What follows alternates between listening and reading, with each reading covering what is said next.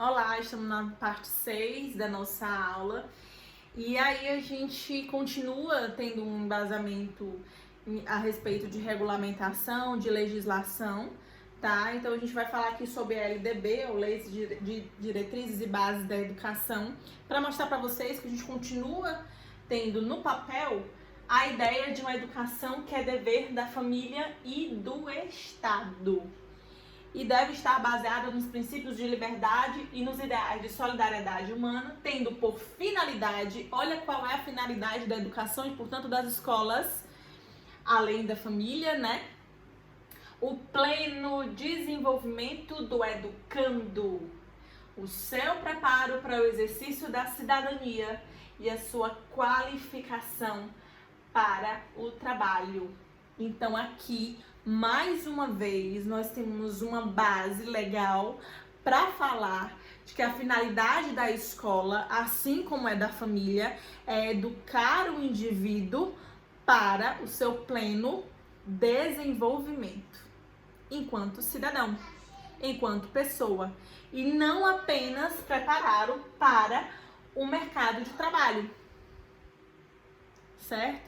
Se a gente, na época aí da Revolução Industrial, tinha uma base principal de preparação para o mercado de trabalho, aqui na nossa lei brasileira, né, a ideia é que, além de preparar para o mercado de trabalho, eu vou preparar esse indivíduo tendo uma visão de um desenvolvimento integral. Então, eu vou ter que preparar esse indivíduo para a vida, certo? Eu tenho que preparar esse indivíduo para mercado de trabalho, eu tenho que preparar esse indivíduo para ele ser um cidadão. Mas se assim fosse, na maioria das vezes pelo menos, a gente não tinha tanta evasão escolar, a gente não tinha tanta desigualdade, a gente não tinha, infelizmente, muitos indivíduos que acabam realmente não se adequando aos princípios do que a gente entende como ser um cidadão, né? Então, a gente tem aí uma falha, infelizmente, né? Muitas vezes, que acontece, né? Que acontecia, que acontece, né? E a gente não pode deixar de refletir acerca disso, ok? Então aqui nós tivemos as leis, né? Vocês viram aí nas outras partes e aqui também, que nós temos leis que embasam como a escola deve atuar, né? Atualmente, ok? E aí a gente se pergunta de qual então será a visão que muitos pais e mães, enquanto família, que a gente acaba de falar aqui, tem a respeito das escolas. Então, para muitos pais e mães, eles acabam, por exemplo, tendo uma visão de escola, não de escolher ou de pensar no melhor para o filho, né? Mas sim de procurar uma vaga na escola mais próxima de casa, por exemplo, né? Muitas vezes, alguns pais pensam, isso aqui, ó, é pensando de um determinado grupo de pais. De outro grupo que procura escolas ou que tem uma visão de uma escola que possa ensinar os seus filhos a ler, escrever, somar e subtrair. Ou seja, que possa ensinar puramente a parte acadêmica. A gente tem muitos e muitos pais, e aqui a gente tem um grupo, gigantesco, né? Ela tava mostrando que tá descarregando, gente. E aqui a gente tem um grupo gigantesco, muitos e muitos pais que têm a ideia de que eu vou botar meu filho em determinada escola porque ela vai fazer ele passar no vestibular tal. Muitos pais que têm a ideia de que vou botar meu filho na escola para ele ter uma profissão ou ele ter determinada profissão. Então vejam aí que, infelizmente, ao longo da nossa própria história, ao longo da construção da nossa própria história, muitos e muitos se foi perdendo, na verdade, né? Os cuidadores, os pais, a população em geral acabou perdendo o que a nossa própria legislação coloca como devendo ser a educação, como devendo ser, qual a finalidade, como devendo ser a finalidade das escolas, da instituição escolar. Então, muitos e muitos pais procuram escola por causa desses motivos e acabam cobrando da escola esses motivos, certo? Então vejam como a gente realmente falha, inclusive, em cobrar o que deve ser cobrado por lei, né? Embasado aí na lei, ok?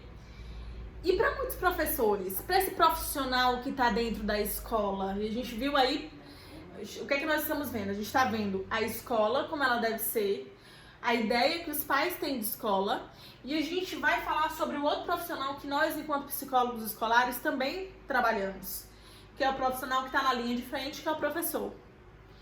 Então, o professor que muitas vezes tem aí a escola como um local de trabalho, onde deveria passar no máximo 8 horas por dia, mas será essa a sua realidade?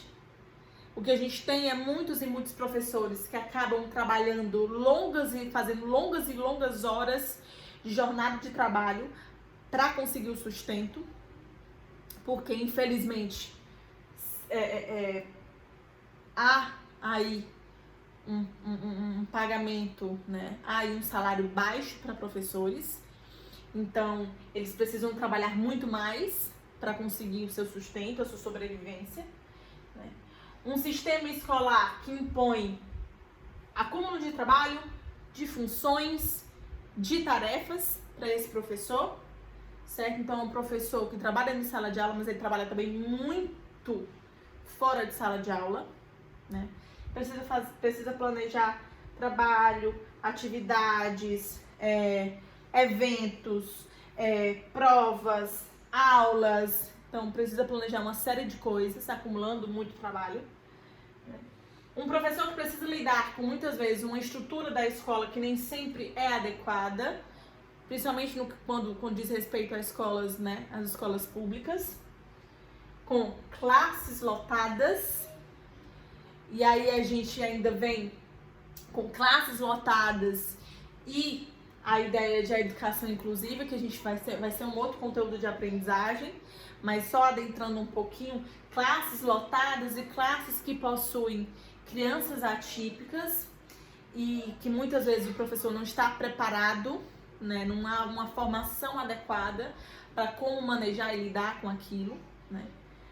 Além de ter classes lotadas e ter pessoas, crianças, adolescentes com problemas individuais os mais diversos possíveis, né? Então, crianças que apanham dentro de casa, que veem o pai bater na mãe ou a mãe bater no pai, que tem os pais usando drogas, crianças que têm dificuldades de aprendizagem por questões orgânicas ou por questões de falta de estimulação dentro de casa, enfim, problemas diversos. E tudo isso o professor tem que dar conta,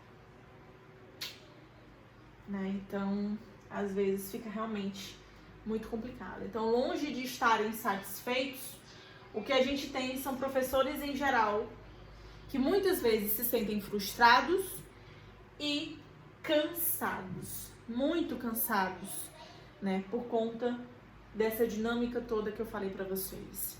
E aí o nosso olhar também precisa ser para eles, né, de sensível mesmo com relação aos professores, porque além disso tudo, eles são cobrados pela instituição escola, eles são cobrados pelos pais para fornecerem um ensino de qualidade. E aí muitas vezes a gente não olha o lado deles. Então, tivemos discussão em sala de aula a respeito disso, sobre caso em que, né, o professor teve uma determinada atitude em que você, enquanto psicólogo escolar, não concorda a respeito de, por exemplo, de dinâmica em sala de aula, né, a respeito de didática em sala de aula.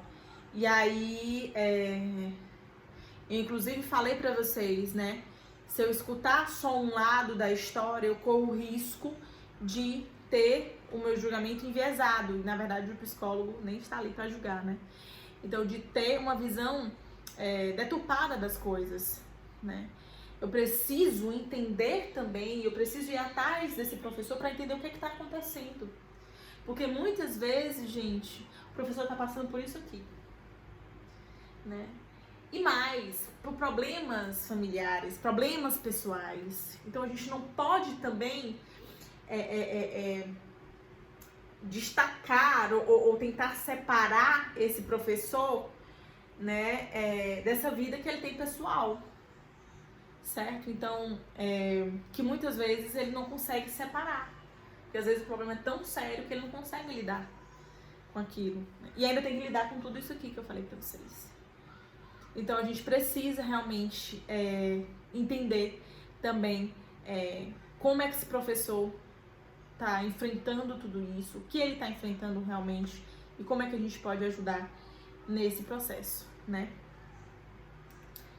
Aqui fala que os professores muitas vezes lidam com salários baixos, essa sobrecarga de trabalho, um sentimento permanente de desvalorização, porque ele é cobrado por aluno, ele é cobrado por pais, ele está tentando fazer o seu melhor, mas está sobrecarregado de coisas.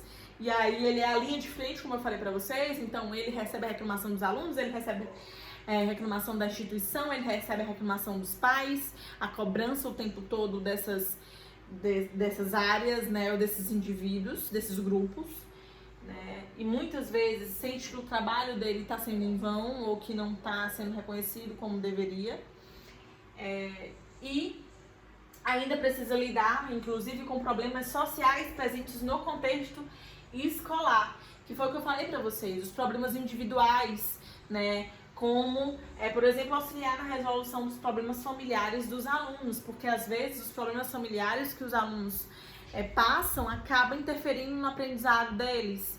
Então existem professores que ficam exaustos emocionalmente